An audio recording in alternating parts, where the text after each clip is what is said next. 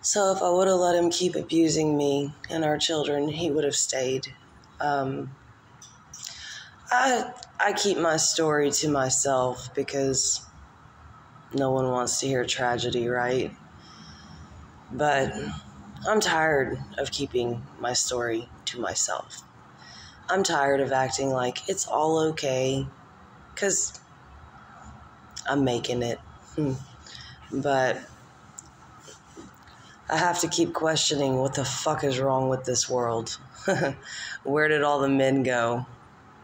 Because 3 years now, I've been doing this on my own. I've been working 2 jobs. I've been taking care of my 2 kids. And an abusive jerk gets to run back into the shadows and hide because he gets a military pension and made the comment, I will never work a day to pay you a dime in child support. So since I would no longer be his slave, I get punished. They get punished. Granted, they're happier now. They're a lot more free. They stand up tall. They smile. You know, when we left, my son grew a foot in about not even 6 months' time. And it was because he got to stand up taller. He got to be more assertive. He's made plans for his future. He's figuring out his life. And that's something he would not have done with his sperm donor around, because the father doesn't leave. You know, and the sad thing is my daughter told me a joke this morning, and it made my heart hurt. And it said, I used to have a bunch of good dad jokes, but just like my dad, they left. And I chuckled and said, oh, I'm sorry. And I gave her a hug. And she actually laughed more than I did. And she's dealing with the pain. But the fact is, I'll sit here for 12 hours today at work and work another job. And they'll still be sitting and waiting for a miracle. I'm still sitting and waiting for justice. But, you know, you get tired of waiting for justice. This world is very, very unbalanced. And like I asked, where did all the men go? You know, those that will be supportive and help raise their children and guide them into being intelligent, strong, loving people. And when it comes down to it, it takes two people to make a loving household. You can't have a tyrant and someone else in fear, because it's not fair. It's not fair to the children. They see the imbalance. They're affected by it, whether anyone wants to see it or not. You know, they cower down. They question themselves. And if you look at the world, I mean, the suicide rate is up. The gender identity confusion is beyond imagination. Nobody wants to work. Nothing seems worth it anymore. And this is me being exhausted right now, because even after working a 12-hour shift, my babies don't deserve to sit in what I call our cell block because it's just a hotel room. And we've been in there almost since April Fool's, actually. And they deserve to have some kind of life. So we do things periodically. Last night was a 3D movie. They had a blast. And I'm exhausted. But as a warrior, a woman of love, I will do anything for my children, for them to get past what their father wouldn't do. And I know a lot of people out there talk about, I'm a parent, I'm this, I'm a single mom and they don't even have their kids with them, or I'm a dad and that dad's busy running around chasing tail or living their own life, to where, what's up with the kids? You just, everyone forgets that they bring individuals into this world that need guidance. They need love. They need hope. And that's one thing I won't lose. That's one thing I will not make my children question, is if it's okay to have hope. Is there a future? And the way the world is going, future's looking bleak. And it's because we are ruled by corruption and greed and money-hungry people that like to fearmonger. It's funny. That's what I left. And I was raised to believe that a woman that's alone has something wrong with her. And I could never understand that concept coming from my father, that I needed somebody. I don't need anybody. I will work my tail off in exhaustion to not need somebody. But there's a difference when you want somebody. And it's kind of hard to want anybody in this world because everyone's jacked up in the head somehow. And it just, at this point, it's easier to be alone. And that's scary.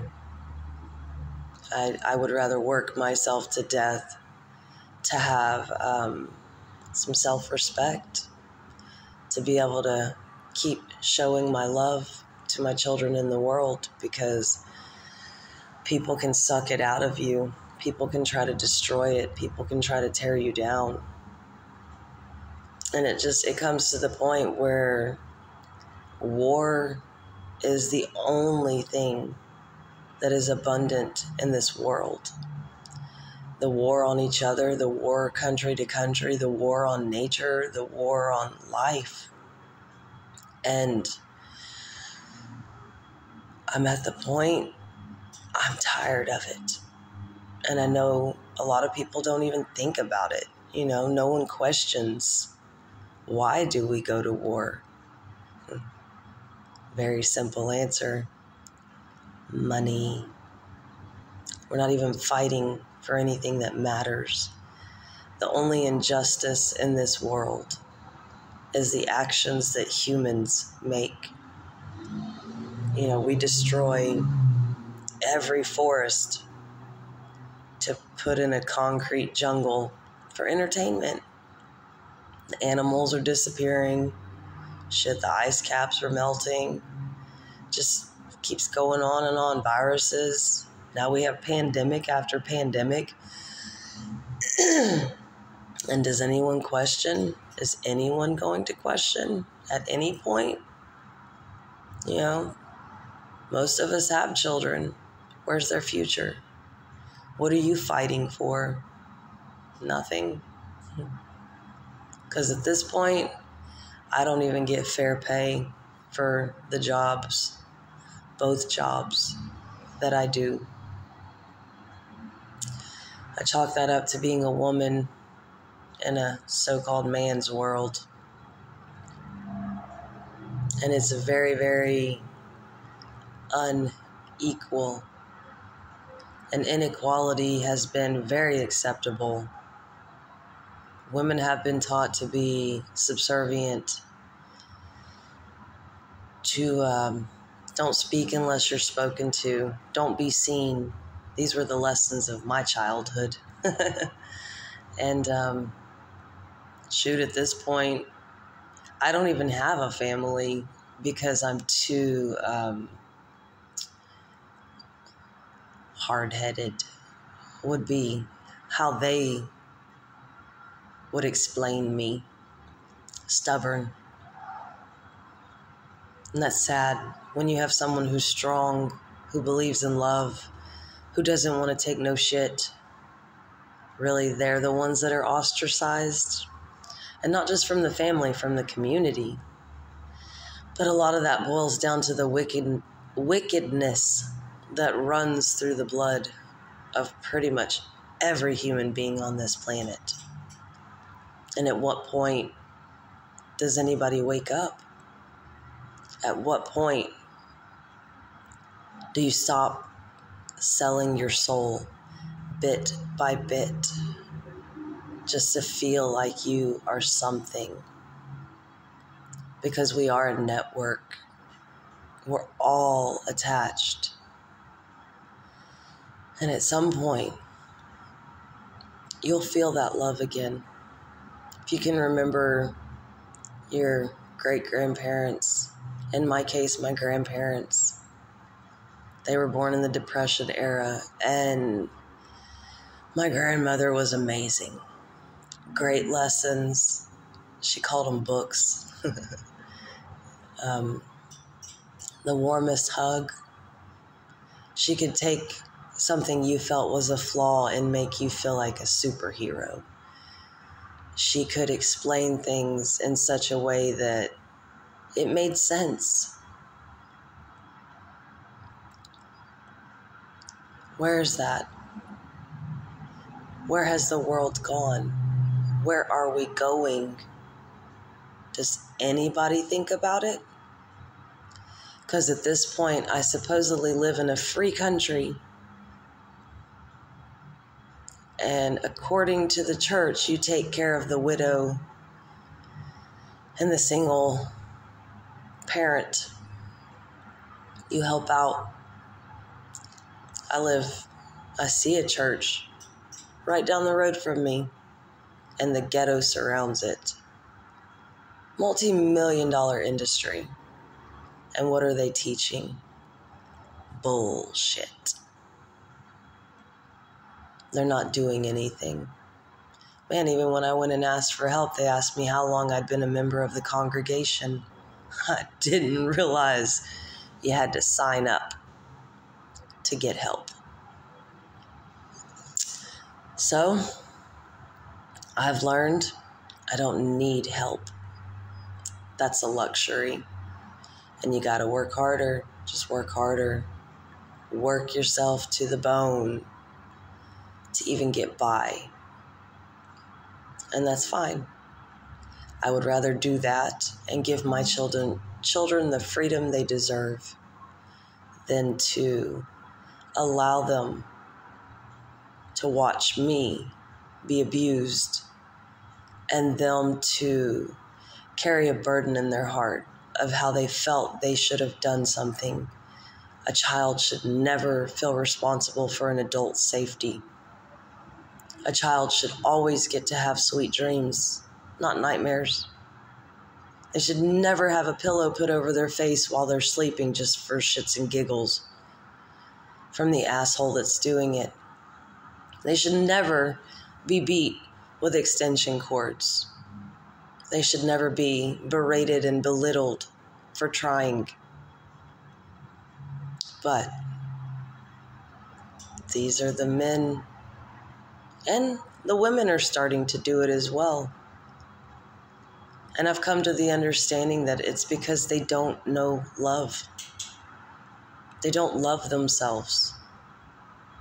Everyone's become a lover of money and luxury, feeling that that's freedom. But what do you do with your freedom? You run amok, you make a mess. Certainly don't use that voice to say, hey, stop destroying every living thing, because the more we destroy the world, the planet, the earth, nature, we have inevitably destroyed ourselves. Because you can't be a part of something, especially when the whole is taken down to the none. You know, at some point, Will anyone get this? Will anyone understand? When do you turn the TV off? When do you use your mind? When do you find a solution? When do you say enough is enough? When do you look at your children and say they deserve something greater? When do you give them freedom? At any point? Or you just pass it on to the next generation? Because I know you can see the next generation as well as I can. They're not even trying. They have no reason to try. There's no hope. They're going to do what their parents do. Entertain bad habits, become alcoholics, sleep around with multiple partners, lie, cheat, steal. Accept corruption, right? What an unmagical world we live in. But we can bring the magic back. We can get our hearts right. We can open our hearts to love instead of shun. The one thing we can't understand. Because believe me, I was in love more than I could have imagined. And I put 16 years into that marriage, only to find out that was not love. But it didn't stop me. It didn't destroy my heart. It put me on a quest. And in the end, that quest helped me find I am love. Love is alive inside of me. And I will always be the caretaker